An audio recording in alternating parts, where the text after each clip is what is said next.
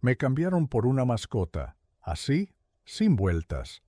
Después de criar a mi hija, de cuidarla cuando tenía fiebre, de hacerle juguetes de madera con mis propias manos, un día me dijo que no había espacio para mí en la casa. Pero 2 semanas después, adoptaron un perro y le dieron mi habitación. No lo dijeron con esas palabras, claro. Usaron esas frases suaves que lastiman más porque vienen disfrazadas de cariño. Papá, no te lo tomes a mal. Es que necesitamos reorganizar el espacio, me dijo Lucía, con esa voz nerviosa que pone cuando no quiere decir lo que realmente piensa. Pero yo ya había visto la cucha nueva en mi cuarto, los platos de agua en la cocina, los pelos en el sillón donde solía sentarme a leer. Esa misma noche hice mi valija y me fui, sin protestar, sin hacer escándalo, porque a veces la dignidad se guarda en el silencio. Escucha esta historia hasta el final y decime qué harías vos en mi lugar. Y contame también desde qué ciudad me estás escuchando, porque lo que voy a contarte no es solo mi historia. Es la historia de muchos abuelos como yo que dimos todo y un día dejamos de contar. No siempre fui este viejo al que lo cambian por un animal. Hubo un tiempo en que me decían Don Ernesto, el hombre que levanta muros como si fueran de papel. Fui albañil toda mi vida, y no lo digo con vergüenza, al contrario. Nunca tuve título, pero tengo las manos marcadas por los años, la espalda endurecida de cargar cemento y una historia detrás de cada ladrillo que puse. Trabajé desde los 17 años en obras por todo el interior de Córdoba. Me casé joven, con Estela, la madre de mi única hija, Lucía. Cuando nació nuestra nena, vivíamos en una casa de chapa y ladrillo hueco, al fondo de un pasillo en el barrio San Vicente, pero cada vez que cobraba, separaba un poco para un terreno. Quiero que nuestra hija tenga un cuarto propio, le decía a Estela mientras ella me preparaba mate cocido con pan duro. Durante 6 años juntamos peso a peso hasta que conseguimos un lote en un barrio nuevo, al borde de la ciudad. No tenía luz ni agua, pero tenía futuro, y con eso nos alcanzaba. Recuerdo bien los fines de semana. Mientras algunos descansaban o se iban de pesca, yo estaba con la cuchara de albañil en la mano, levantando pared sobre pared. Lucía, que tenía 4 años entonces, corría entre los baldes, a veces con un delantal de su mamá, que usaba como capa. «Papá, esta es mi casa de princesa», me decía. Yo la cargaba en andas y le decía, «Va a ser el castillo más fuerte de todo el barrio». La vida no fue fácil. Hubo años de vacas flacas, de enfermedades, de peleas por la plata. Pero esa casa la terminamos. 2 dormitorios, una cocina amplia y un pequeño patio donde planté un limonero. Ahí criamos a Lucía. La llevábamos al colegio, le hacíamos las tareas, le festejábamos los cumpleaños con torta casera y globos colgados con cinta en la pared. Y cuando Estela se enfermó, esa casa fue testigo de todo. De sus dolores, de las noches sin dormir, de mi desesperación cada vez que tenía fiebre, y no sabía qué más darle. Lucía ya era adolescente cuando su mamá murió. Ese día pensé que no iba a poder más, que me iba a quebrar como una pared mal levantada. Pero me aguanté por ella, porque era lo único que me quedaba. Lucía creció, terminó el secundario, empezó a trabajar. Conoció a ese muchacho, Fabián, que no me convencía mucho, pero ella lo amaba y yo nunca me metí. Se casaron y como la vida no les daba para pagar alquiler, les ofrecí la casa. «Papá, ¿y vos?», me preguntó. «Yo me arreglo», le dije. «Es tu casa ahora». Me fui a vivir al cuartito del fondo, donde antes guardábamos las herramientas. Lo arreglé con mis propias manos. Puse una camita, una mesa, una hornalla. No necesitaba más. Durante los primeros años todo fue alegría. Lucía cocinaba los domingos, me traía un plato caliente. Fabián me saludaba con respeto. Hasta me decían que era el abuelo ideal cuando nació Tomás, mi primer nieto. Me emocioné tanto el día que lo tuve en brazos que lloré sin que me vieran. Después vino Renata. Esa nena me robó el corazón. Cada vez que me veía, corría y me decía Abu Ernesto, estirando la O como si fuera un canto. Pero el tiempo hace lo suyo. Las visitas se fueron espaciando, las charlas se volvieron más cortas. Lucía empezó a verme como un mueble viejo. Ya no era su papá, era el abuelo que vive en el fondo. Cada vez que salía al patio, la notaba tensa. Me decía cosas como, «Papá, no dejes las cosas tiradas», o «Papá, podrías no usar la lavadora cuando hay visitas». Yo tragaba saliva, me guardaba el enojo. Y así llegamos al día en que apareció el perro. Un labrador enorme, torpe, pero simpático. «Es para los chicos», me dijo Lucía, aunque los chicos no lo habían pedido. Lo trajeron un viernes. El domingo ya tenía su cucha, en mi cuarto. Cuando pregunté por qué, Lucía me dijo sin mirarme a los ojos, «Es que adentro llora mucho y no queremos que moleste a los vecinos». Yo dormía en un sofá cama en el cuartito del fondo. No era gran cosa, pero era mío, y ahora lo compartía con un perro. Esa noche no pude dormir. Escuchaba los pasos del perro, su respiración, el ruido de sus patas en el piso, y entendí. Yo ya no era parte de esa casa, era una presencia incómoda, una sombra que preferían no tener. A la mañana siguiente preparé café, lo tomé despacio, me senté en el umbral de la puerta del cuartito y miré el limonero. Estaba cargado de frutos. Me acordé de Estela. «Algún día este árbol va a dar sombra para nuestros nietos», decía ella. Cerré los ojos y respiré hondo. No lloré. Solo sentí una certeza firme en el pecho. Era hora de irme. Pero esta vez no iba a irme con las manos vacías. Esta vez yo también tenía algo guardado que nadie sabía, algo que cambiaría todo. Lo primero que hice fue llamar a Claudio, un viejo amigo de la obra con quien había compartido andamios, fideos fríos y tormentas de invierno bajo techos sin terminar. Claudio ahora trabajaba en una inmobiliaria, se había reinventado con los años y siempre me decía en broma, «Don Ernesto, usted algún día va a vender medio barrio y se va a jubilar en una playa del Caribe». Yo me reía, claro, como si un obrero pudiera jubilarse en una playa. Pero había algo que ni Lucía ni nadie sabía. Cuando mi padre murió, allá por el 98, me dejó un terreno en un pueblito perdido entre montañas, cerca de la falda. En aquel momento no valía nada, un pedazo de tierra con pasto alto y alambrado viejo, pero yo conservé los papeles, por si acaso. Cada año lo iba a ver una vez, lo desmalezaba, arreglaba el alambre, cuidaba los árboles de la esquina. Nunca lo toqué porque no tenía para invertir y tampoco me urgía venderlo. Pero eso cambió. Claudio me atendió con voz de sorpresa. «Don Ernesto, tanto tiempo». Le conté que quería vender el terreno. «¿Pero el de la falda?» «Ese mismo». Hubo un silencio largo del otro lado del teléfono.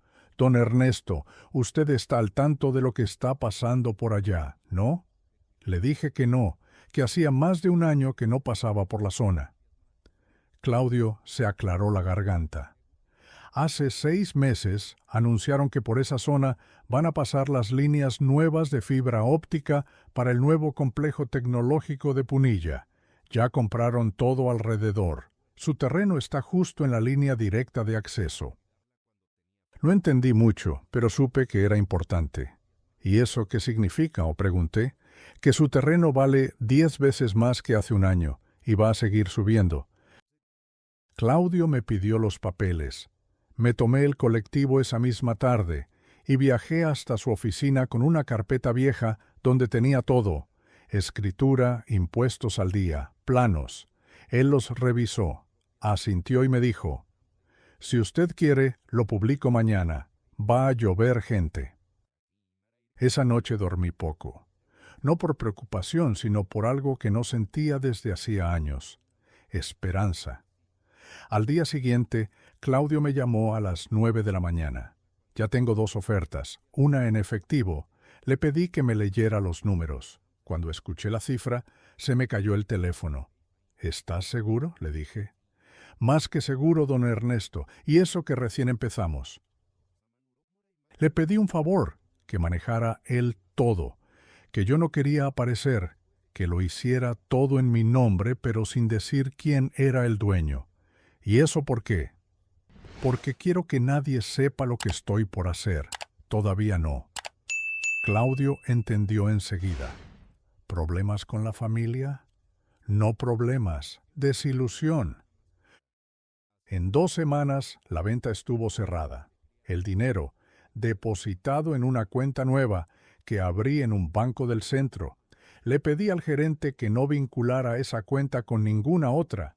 No quería que nadie supiera nada. El gerente me miró con respeto. «Está haciendo lo correcto, don Ernesto. Hay que proteger lo que uno construyó con sudor». Y ahí empezó mi plan. Volví al barrio como si nada. Salía a comprar el pan, saludaba a los vecinos, cuidaba el limonero. Nadie sospechaba. Pero cada vez que pasaba frente a mi antigua casa y veía al perro asomado desde la ventana de mi excuarto, algo dentro mío se endurecía un poco más. Entonces fui a ver al doctor Menéndez, un abogado que me había recomendado mi compadre Lorenzo, un tipo serio, derecho y que no pregunta de más. Le conté que quería comprar una propiedad. ¿De qué tipo? La que ya conozco como la palma de mi mano. Y le di la dirección exacta, sí, la de mi antigua casa. Al principio el doctor se quedó mirándome como si estuviera bromeando. ¿Quiere comprar su propia casa? Number, quiero comprar lo que ahora es de mi yerno. Esa casa está a nombre de Fabián. ¿Sabía usted? Mi hija se la transfirió después de que yo se la dejara sin firmar nada. Nunca la puse a mi nombre, porque confiaba. Menéndez levantó las cejas. ¿Y usted quiere recuperarla? Number, quiero ser el dueño sin que lo sepan. Y así fue. Buscamos a través de un intermediario, una figura legal que él mismo propuso. Hicimos una oferta irresistible. Fabián cayó como un niño. Había deudas, impuestos sin pagar, discusiones con Lucía por dinero. Aceptaron. Vendieron la casa a través de una operación limpia, rápida, sin saber que quien la compraba era el mismo hombre que ellos habían echado. La ironía era perfecta. Una semana después, con el título de propiedad en mi poder, volví a ver al doctor Menéndez. ¿Y ahora qué quiere hacer, don Ernesto? Saqué un contrato de alquiler que había redactado con Claudio. Quiero que lo firmen, como inquilinos, con todas las reglas claras, nada de favores familiares. El abogado lo leyó y sonrió. «Tiene usted una manera elegante de hacer justicia». «Justicia no», dije. «Lección». Pasaron unos días antes de que diera el siguiente paso. No tenía apuro. A esa altura de la vida había aprendido que las cosas importantes se hacen despacio, como cuando se asienta una buena base antes de levantar una pared. Tenía en mis manos el título de propiedad, tenía el contrato de alquiler redactado, tenía una cuenta bancaria con más ceros de los que había visto nunca. Y sin embargo, no sentía orgullo ni venganza. Sentía algo más profundo, más sereno: justicia. Una tarde, cuando Lucía y Fabián estaban en el patio tomando mate, me acerqué por la reja con paso firme. Hacía semanas que no hablábamos. Desde que me había ido, supe que no esperaban verme más. Me miraron con sorpresa. Fabián dejó el mate a medio tomar. Lucía se levantó con gesto incómodo. «Hola, papá», dijo en voz baja. «¿Todo bien?» «¿Puedo pasar?», pregunté. Dudaron, claro, pero me abrieron. Entré y recorrí el pasillo como quien camina por un sueño viejo. Cada detalle de esa casa tenía mi firma. Los azulejos que había puesto una madrugada después del trabajo. Las lámparas que colgué con Estela antes de su última Navidad. El limonero que seguía dando frutos, fiel allá en el fondo. Nos sentamos en la cocina. Me ofrecieron un mate. Acepté. Bebí en silencio. Ellos esperaban que hablara primero, y así lo hice. Vengo a hablar como corresponde, como adulto, como hombre, como padre también. Lucía bajó la vista, Fabián frunció el ceño. Hace unos meses me fui, porque sentí que ya no había lugar para mí en esta casa, y no lo digo con rencor. Lo digo como se dice una verdad que duele. Lucía empezó a hablar, pero la detuve con la mano. No necesito disculpas, no las vine a buscar. Lo que vine a decirles es que esta casa ya no es suya.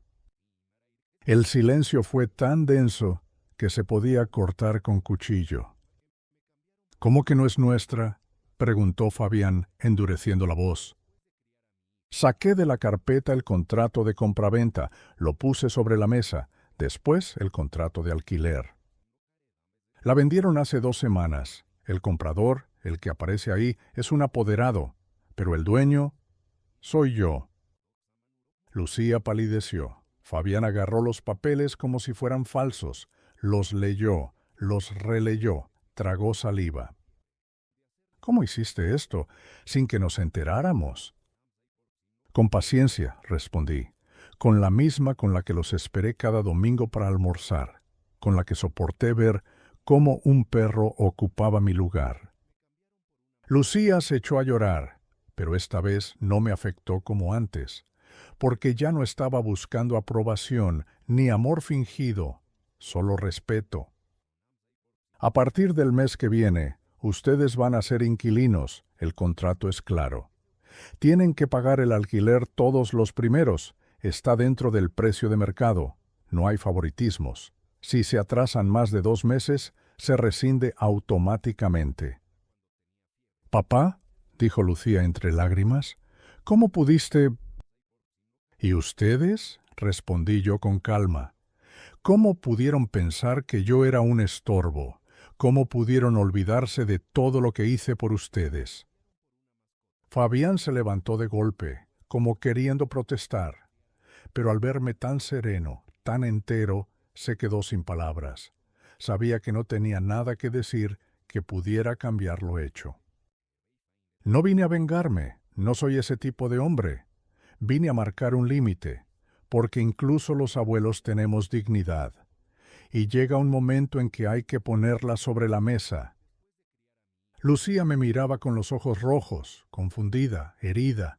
Yo sentí lástima, sí, pero no debilidad, porque ya no era el mismo.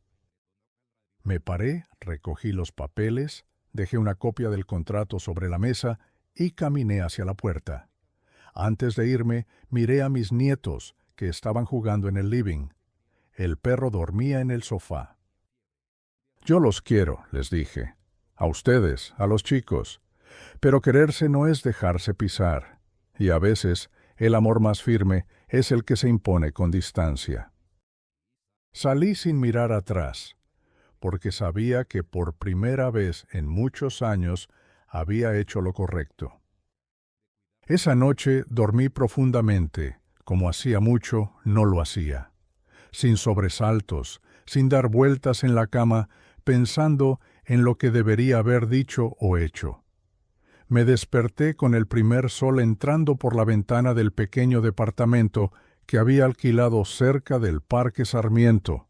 Era un lugar modesto, de una sola habitación, pero tenía algo que mi antigua casa ya no me ofrecía: paz. Me preparé un café bien cargado y lo tomé mirando los árboles por la ventana. En la radio sonaba un tango viejo, de esos que Estela canturreaba mientras limpiaba la cocina, y por primera vez en mucho tiempo sentí que ella estaría orgullosa. No por la plata, no por haberles devuelto la jugada a Lucía y Fabián, sino por haberme elegido a mí, por haberme puesto en primer lugar. A los pocos días recibí la primera llamada de Fabián. No me sorprendió. Quería renegociar el contrato, pedía una rebaja en el alquiler. Me habló con ese tono educado que usan los que no están acostumbrados a pedir. Le respondí con amabilidad, pero con firmeza. El contrato es claro, Fabián. Yo lo respeté. Ahora les toca a ustedes. No me respondió nada. Solo dijo que lo entendía. Esa misma semana recibí un mensaje de Lucía. Corto, sin rodeos. Papá, quiero verte. Sola. Por favor. Dudé. No te voy a mentir. Parte de mí quería verla, abrazarla, decirle que todo estaba bien. Pero otra parte, más nueva, más fuerte, me decía que no era momento. Le respondí que necesitaba tiempo. En ese silencio encontré mi espacio. Empecé a caminar por las mañanas, iba al parque, saludaba a los jubilados que jugaban a las cartas, me sentaba en un banco a leer el diario, a mirar cómo la vida seguía. Era la primera vez en años que no vivía para nadie más. Ya no cocinaba para que otros comieran, ya no esperaba a que vinieran los domingos, ya no era el abuelo que vive en el fondo. Una tarde me crucé con Elsa, una señora que trabajaba como voluntaria en un comedor barrial. Nos conocíamos de vista, me saludó, me preguntó si estaba bien. Le conté a grandes rasgos que había cambiado de casa, que estaba en una nueva etapa. Me invitó a conocer el comedor donde ayudaba, y no sé por qué, pero acepté. Ahí conocí otra realidad. Niños con hambre, madres solas, abuelos que, como yo, habían sido dejados de lado por sus familias. Me ofrecí a colaborar. Empecé lavando platos, después ayudaba a repartir la comida y con el tiempo a contar cuentos a los chicos. Me escuchaban con esos ojos abiertos de par en par, como si yo fuera un mago. Uno me dijo un día, «Usted debería ser el abuelo de todos». Esas palabras me tocaron el alma, y así fue como empecé a formar una nueva familia, una de verdad, no por sangre, sino por cariño. Gente que me agradecía cada gesto, cada palabra, gente que me veía. Mientras tanto, supe por los vecinos del barrio que la cosa en mi antigua casa no andaba bien. Las cuentas no cerraban. Fabián se quejaba de que el alquiler era alto. Lucía discutía con él cada vez más seguido. Una vecina me llamó y me dijo, «Don Ernesto, su hija no sale de casa, está apagada. Parece otra». Yo la escuchaba en silencio, porque aunque el corazón todavía dolía, sabía que no debía volver atrás. Las cosas ya no eran como antes, y a veces el amor también es no permitir que te sigan lastimando. Pasaron los meses. Me hice amigo de los voluntarios del comedor, de los chicos, de los jubilados del parque. Tenía mi rutina, mi mate, mis cartas los viernes con don Roque y don Aníbal. Y un día, inesperadamente, me llegó una carta, escrita a mano, con letra temblorosa. Era de Tomás, mi nieto mayor. Decía, «Abuelo, te extraño. Mamá no quiere hablar mucho, pero yo sé que te fuiste porque estabas triste. Yo me acuerdo cuando me enseñabas a martillar clavos, cuando hacíamos barcos de madera. Renata también te extraña. Queremos verte». Ahí entendí algo, que aunque mi hija me hubiera fallado, mis nietos todavía podían aprender. Todavía podían entender que un abuelo no se cambia por un perro, que un abuelo no es un mueble viejo que se arrincona, que un abuelo, si tiene suerte, puede enseñar una última lección, una que valga toda una vida. Guardé esa carta en el cajón de mi mesa de luz, junto a una foto de Estela y un rosario que me regaló mi madre cuando era chico. La leí más de 20 veces en silencio, en distintas noches, con la lámpara encendida y los ojos llenos de nostalgia. Cada palabra escrita por Tomás me hacía pensar que, tal vez, todavía había una grieta por donde podía entrar un poco de luz, una rendija por donde, con paciencia, el vínculo con mis nietos podía florecer de nuevo. No respondí de inmediato. Me tomé mi tiempo. No por orgullo, sino porque quería estar seguro de que esa visita no fuera solo un impulso de un nene, o peor, una maniobra más de Fabián para ablandarme y recuperar algo. Pero algo me decía que no, que esa letra temblorosa, esas frases sin signos de puntuación, eran puras. Entonces hice algo que no había hecho en mucho tiempo. Preparé mi casa para recibir visitas. Compré galletitas de vainilla, las que Tomás solía robarse cuando era más chico. Limpié bien la mesita del balcón, acomodé los barquitos de madera que todavía conservaba y colgué un dibujo que me había hecho Renata, uno de esos que había guardado sin que nadie supiera. Una semana después de recibir la carta, llamé a Lucía. Me atendió con voz apagada, como si la estuviera sacando de un sueño. «Hola, hija, soy yo». Hubo un silencio largo. Casi pensé que me había cortado. «Hola, papá». Recibí una carta de Tomás, muy linda. «¿Sí? ¿Yo?» No sabía que la había enviado hasta que la encontré en su mochila. «No importa, me gustaría verlos, a él, a Renata, si vos estás de acuerdo». Lucía no respondió enseguida, pero cuando lo hizo, su voz sonaba distinta, menos dura. «Sí, papá, me parece bien». Quedamos para el sábado siguiente. Llegaron puntuales. Yo ya estaba listo desde temprano, con el corazón apretado pero firme. Cuando los vi bajar del auto, algo dentro mío se quebró. Tomás salió corriendo y me abrazó con fuerza. Renata venía más despacio, pero al llegar, me miró con esos ojos grandes que tenía su abuela y se me prendió del brazo. Lucía bajó detrás, con una mirada que no supe cómo interpretar, ni alegría ni enojo. Tal vez arrepentimiento, tal vez vergüenza. Entraron todos. Les preparé chocolatada, como hacía años atrás. Tomás se sentó enseguida en el piso, empezó a revisar mis herramientas, mis maderas, los dibujos que había hecho. Renata me pidió que le leyera un cuento. Era como si nada malo hubiera pasado, como si el amor de un abuelo no se rompiera tan fácil. Lucía se quedó parada en la cocina, mirando alrededor. «Te quedó lindo este lugar», me dijo. «Gracias», lo armé con calma. Tomó un sorbo de agua, miró al suelo. «Papá, yo...» Levanté la mano despacio. «No hace falta, hija, ya está». «No, papá, sí hace falta». Y entonces, por primera vez en mucho tiempo, Lucía lloró de verdad, no esas lágrimas secas de compromiso. Lloró como cuando era chica y se caía de la bici. Me abrazó con fuerza y me susurró al oído. «Perdón, papá, te fallé». Y yo, que había jurado no quebrarme más, no resistí. La abracé también, fuerte, como si el tiempo pudiera comprimirse en ese instante y volver a darnos lo que habíamos perdido.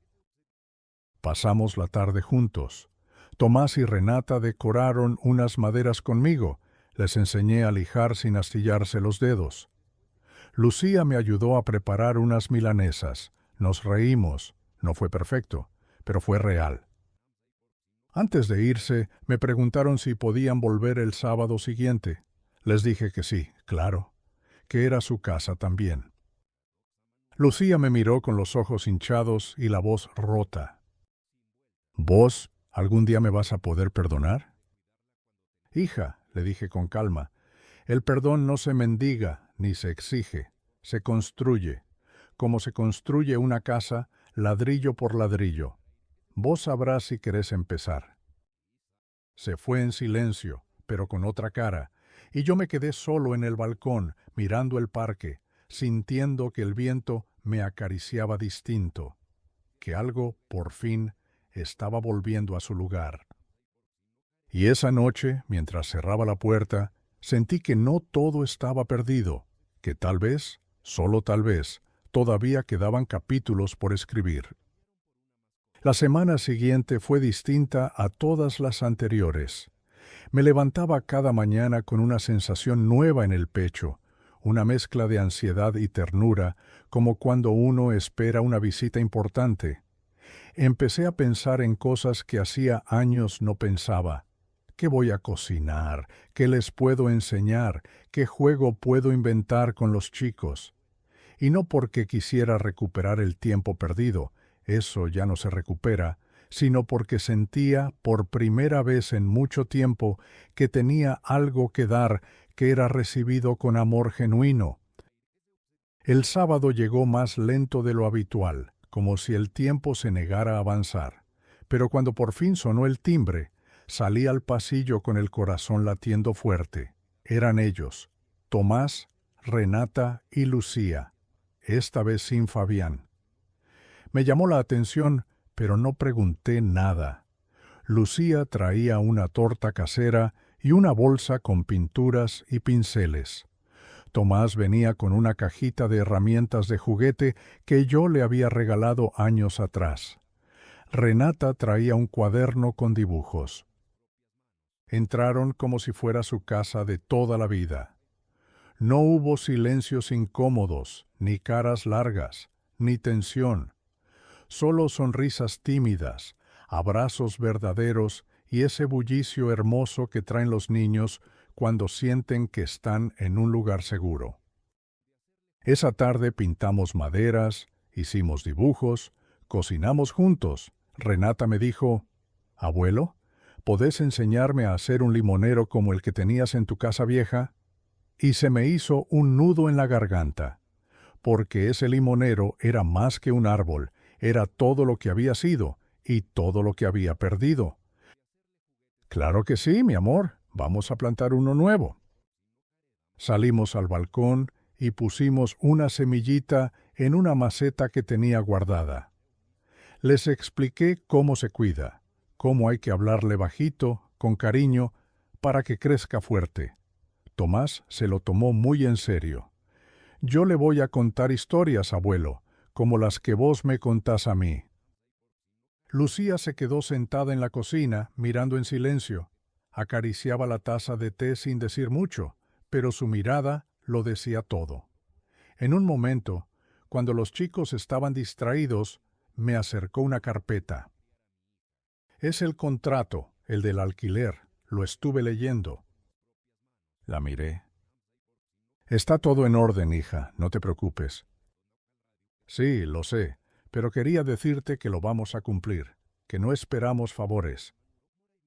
«No hace falta que me lo digas, ya me lo están demostrando con cada visita». Se le humedecieron los ojos, pero no lloró. Me dio un beso en la frente y volvió a mirar a sus hijos. «Gracias, papá, por darnos otra oportunidad». «No es otra oportunidad, Lucía, es la última, pero si la cuidas bien, puede durar toda la vida». Esa noche, cuando se fueron, me quedé solo con un dibujo que Renata me había dejado, una casa con un árbol enorme al lado y un señor de bigotes blancos con una sonrisa inmensa. Abajo, con letras desprolijas, decía, «Mi abuelo es fuerte como un árbol». Lo colgué en la pared justo arriba de la cama, lo miré largo rato, y pensé en Estela, en cómo me habría abrazado si viera lo que estaba pasando. Pasaron los meses y cada sábado se convirtió en ritual. Llegaban con cosas nuevas para contar, para compartir. Aprendimos a convivir en esta nueva forma, sin idealizar el pasado, sin reproches. Y un día Tomás me preguntó, «Abuelo, ¿vos sos rico?». Lo miré con una sonrisa. ¿Y vos qué pensás? Yo creo que sí, porque tenés herramientas, tenés dibujos, tenés historias, y ahora tenés un limonero nuevo. Le acaricié la cabeza y le respondí, entonces sí, soy el hombre más rico del mundo. Y no mentía, porque la riqueza no está en lo que uno guarda, sino en lo que uno siembra. Y yo, después de perderlo todo, estaba sembrando de nuevo, esta vez, con raíces más fuertes. Un domingo por la mañana, mientras tomaba mate en el balcón y regaba con cuidado la maceta del limonero que habíamos plantado con Renata, escuché el sonido del portero eléctrico. No esperaba a nadie ese día. Me acerqué con cierta duda, apreté el botón y escuché una voz que no esperaba volver a oír tan pronto. «Papá, soy Fabián. ¿Podés abrirme?» Me quedé inmóvil unos segundos. El agua de la regadera siguió goteando sola sobre la tierra. Pensé en no abrir. Pensé en decirle que se fuera. Pero después recordé algo que me repetía Estela cada vez que discutíamos. A veces hay que escuchar, no para perdonar, sino para entender. Le abrí. Subió en silencio, con el mismo andar lento de quien ya no tiene la razón de su lado. Llevaba una camisa arrugada, ojeras profundas, el rostro avejentado. Parecía otro.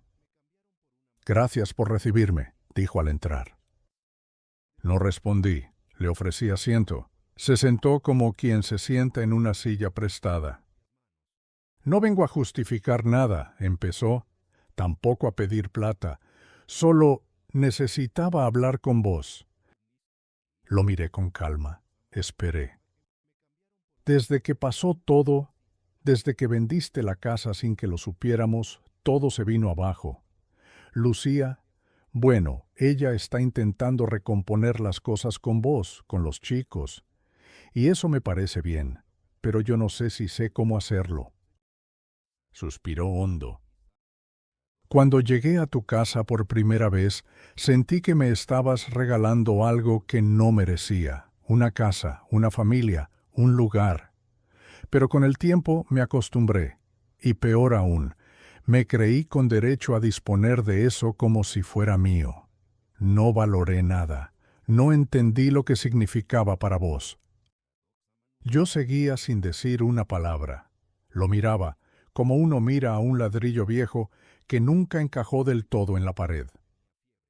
Me equivoqué, don Ernesto, y si pudiera volver atrás, haría las cosas distinto, pero no se puede. Lo sé, solo quería que lo supieras. Hizo una pausa larga, bajó la mirada. Lucía no sabe que vine, ni los chicos. Me estoy yendo a vivir a lo de mi hermano por un tiempo. Necesito ordenarme. Me quedé sin trabajo. La casa ya no es nuestra. Lucía va a quedarse con los chicos. Yo no tengo mucho que ofrecer ahora. Se puso de pie. Gracias por escucharme. No sé si merezco tu perdón, pero al menos quería dejar de esconderme. Le extendí la mano. Se detuvo sorprendido. La dignidad, Fabián, le dije despacio. No se recupera pidiendo perdón, se recupera haciendo las cosas bien, aunque nadie las vea.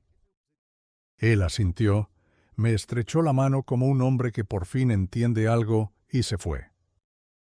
Cerré la puerta despacio, me quedé parado frente a ella, como si esperara que el silencio hablara. Y habló.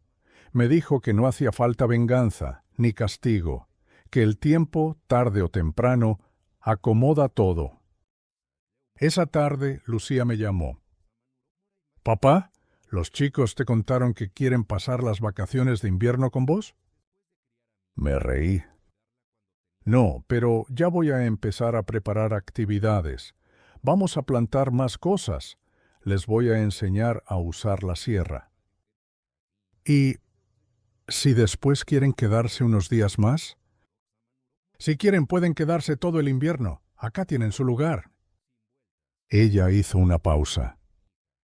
«Gracias, papá, por no cerrarme la puerta, por seguir siendo mi faro, aunque no lo merezca».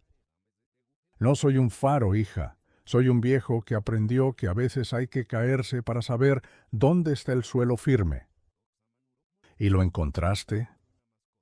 Sí, lo estoy construyendo de nuevo, con los pedacitos que me quedaron, y con algunos nuevos que valen mucho más. Esa noche me senté a escribir en un cuaderno viejo que tenía en la mesa. Empecé a anotar historias, recuerdos, enseñanzas, todo lo que quisiera dejarles a mis nietos, porque uno no sabe cuándo se va, pero sí puede elegir qué deja atrás. Y yo, a pesar de todo, quería dejar algo que no se pudiera medir con plata, algo que quedara grabado en la memoria de quienes me habían conocido de verdad.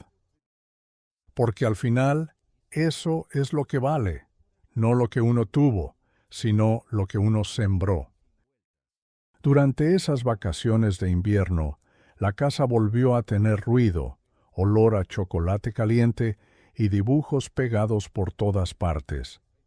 Tomás y Renata se instalaron en el pequeño cuarto que antes usaba para mis herramientas. Lo acomodamos entre risas y con colchones inflables, como si estuviéramos acampando dentro de casa. Cada mañana los despertaba con el aroma a pan tostado y leche tibia, como lo hacía con Lucía cuando era chica. Después salíamos a caminar por el parque, a ver los árboles y recoger hojas secas. Les enseñaba a distinguir los pájaros por sus cantos, a usar la regla y el martillo, a escuchar sin interrumpir. Tomás se volvió loco con las herramientas. «Abuelo, ¿me enseñás a hacer un banco de madera para mamá?» Y yo no pude negarme. Renata, en cambio, se pasaba horas dibujando en silencio. Una tarde me mostró un cuaderno donde había hecho nuestra casa, el parque, los árboles, los tres sentados en el balcón con un mate y la radio prendida. Abajo había escrito: «Esta casa no es grande, pero tiene amor». No necesitaba más. Una noche, mientras cenábamos, Tomás me miró muy serio y me preguntó: «Abuelo, ¿vos ahora sos feliz?» Me quedé un segundo en silencio, no porque no supiera la respuesta, sino porque me sorprendió la pregunta viniendo de un nene de apenas 10 años. «Sí, hijo, soy feliz». ¿Más que antes? Mucho más, porque ahora me quiero y porque ustedes están acá. Renata se acercó y me abrazó. Me dijo al oído: «Yo también soy feliz acá, abuelo». Esa noche, después de que se durmieron, salí al balcón con mi taza de té y me quedé mirando la ciudad. Sentía que había cruzado una tormenta y que por primera vez estaba en tierra firme. No era el mismo de antes. Ya no buscaba que me quisieran a cualquier precio. Ahora entendía que el amor, el verdadero, no se pide, se reconoce. Días después, Lucía vino a buscarlos. Cuando entró y vio las paredes llenas de dibujos, las maderas lijadas por Tomás, los juegos armados en el piso, se quedó parada en la puerta, en silencio. «Están bien», le dije. «Ya lo veo», respondió, con una mezcla de alivio y nostalgia.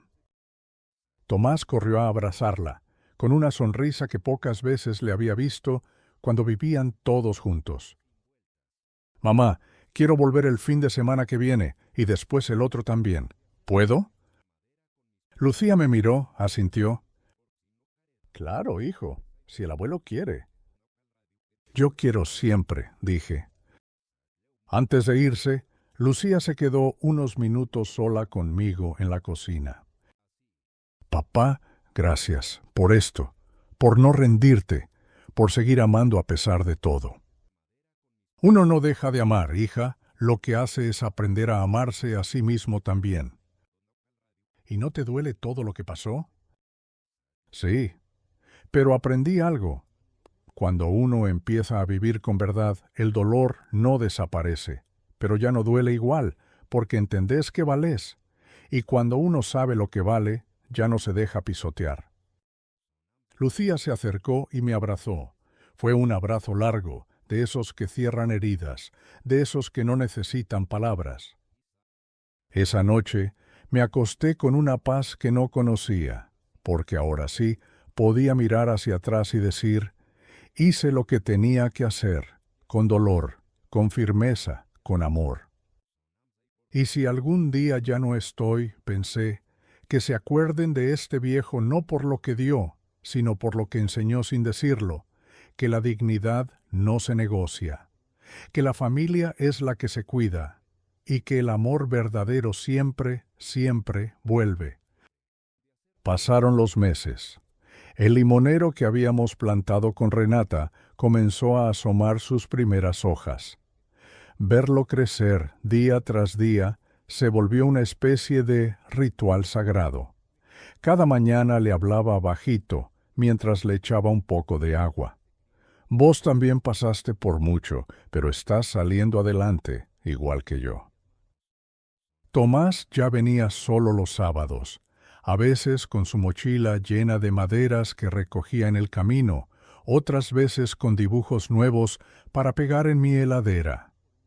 Renata venía menos porque tenía ballet, pero cuando llegaba lo hacía corriendo, gritando «¡Abuelo!» desde la entrada. Lucía y yo también nos habíamos ido entendiendo. No hablábamos mucho del pasado.